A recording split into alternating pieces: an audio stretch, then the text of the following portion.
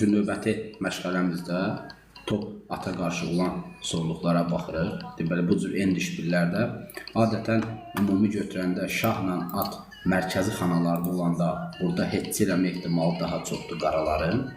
Daha doğrusu zəif tərəfi. At şah kimdədirsə mərkəzi xanalarda olanda heçsə mövqelər çoxaldır. Lövhənin kənarlarında, küç xanalarda olanda top üstün mövqedə olan tərəf oyunu dadır.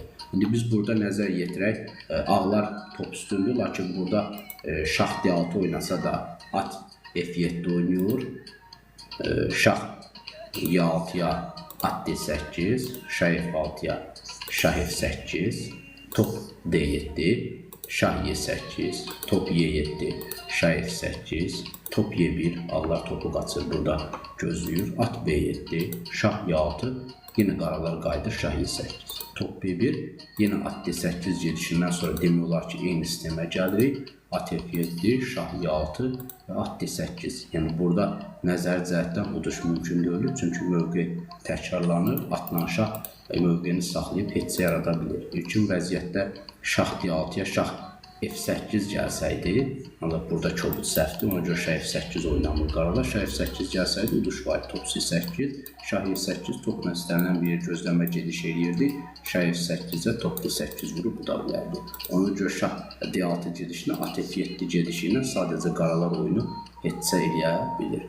İndi növbəti mövqeyə nəzər yetirək. Burada dediyimiz kimi lövhənin kənarında zəif tərəfin şahı ilə atı qərarlaşır və ağların da topun mövqeyi nəzərə alsaq, burada uduş mümkündür. Ağlar sadəcə top D5 gedişi oynayır və fikir verirsə top D5-dən həm atın gedişləri məhdudlaşdırır və demək olar ki, qaraların da elə bir normal gediş yoxdur. Şah F8-ə top F5 at bağlamaya düşür, növbəti gedişlə at ala bilərik.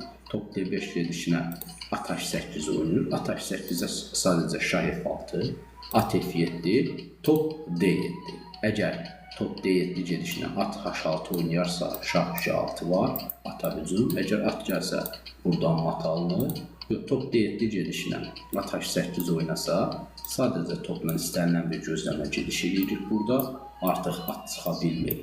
Çünki burada şah qoruyur bu xanaları. Şah D8 oynayanda top A8-də mat alınır. Yəni, bu baxdığımız mövqedə lövhənin kənarında olduğu üçün ağlar, yəni üstün tər top uda bilir. Lakin ilkin mövqedə, bu mövqeyə baxanda lövhənin mərkəzində atla şah müdafiə ola bilir. Bu mövqelər adətən heç çalınır. Növbəti dərslərdə görüşmək ümidi ilə səhifəmizi izləyib, bəyənib, təqib etməyə unutmayın.